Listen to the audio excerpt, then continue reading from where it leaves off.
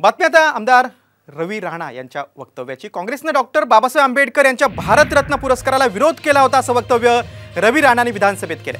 त्यावरून सभागृहात गदारोळ झाला।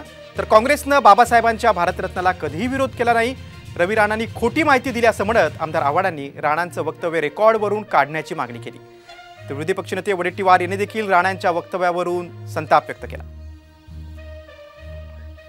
डॉक्टर बाबासाहेब आंबेडकर अध्यक्ष महोदय जेव्हा 2 वेळा इलेक्शन लढले अध्यक्ष महोदय, एकदा भंडारातून लढले, एकदा मुंबईहून लढले अध्यक्ष महोदय, याच काँग्रेसच्या लोकांनी त्यांना पाडलं अध्यक्ष महोदय। या ठिकाणी भारतरत्न अध्यक्ष महोदय कोणी दिले? बाबासाहेब आंबेडकरांना काँग्रेसने विरोध केला अध्यक्ष महोदय, आणि भारतरत्न सुद्धा खऱ्या अर्थानं देण्याचं काम या सरकारने केलं अध्यक्ष महोदय।